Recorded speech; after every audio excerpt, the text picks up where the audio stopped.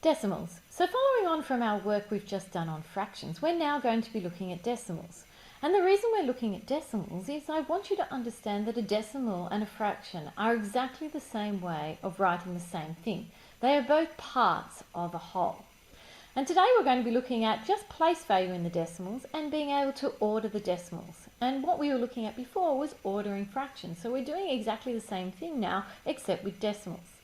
So you all know from primary school that a decimal point is used to separate the whole number from the decimal part or the fraction part.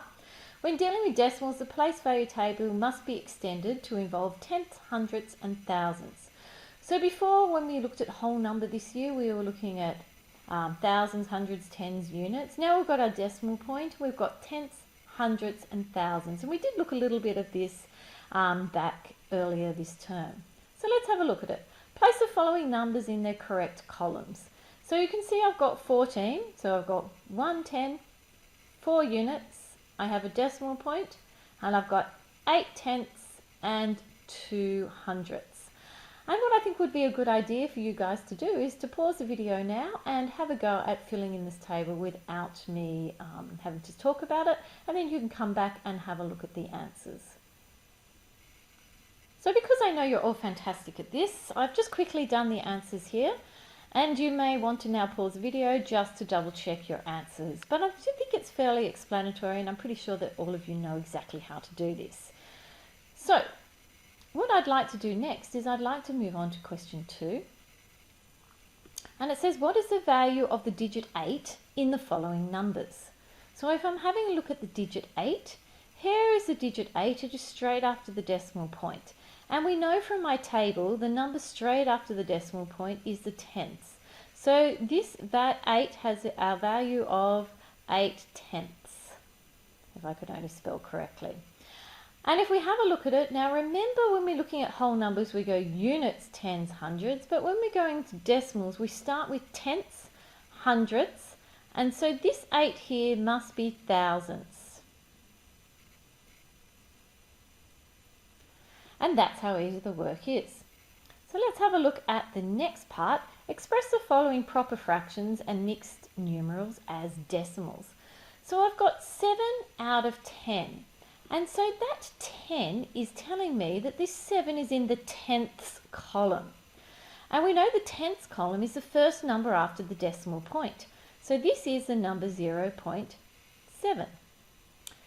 And if I have a look at this 5, this is 5 over 100.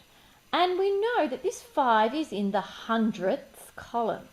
So there's a 0 point, there's nothing in my tenths column, and the 5 is living in my hundredths column. So the answer to this is 0.05. And now I've got a mixed numeral. I've got 3 wholes. Well, that's 3 units. So we know that that goes down first in my units column. And I've got 17 over 100. So I've got 3 points. Now that's 1 is in my tenths column and the 7 is in the hundredths column. Because altogether we have hundredths here. 1 tenth and 1 hundredth. So it's 3.17. So the last bit of work that I expect you to be able to do is being able to arrange my decimals in ascending order or descending order. And from our work on fractions, we know that ascending order means we're going from the smallest fraction to the largest. So what I like to do is I really like to pretend that there's no decimal point here.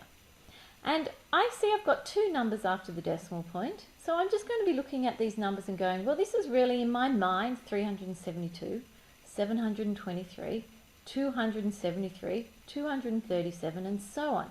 So now that becomes very easy. My smallest number is 2.37, so 237 in my mind, and then I've got 2.73, and then I've got 3.27, and then I've got 3.72, 7.23 and 7.32. And it's really very simple. So let's have a look at these next numbers here. 67.41, 67.14, 6.714. So that's obviously got to be the smallest one. So I'm going to write that one down first and we forget about it.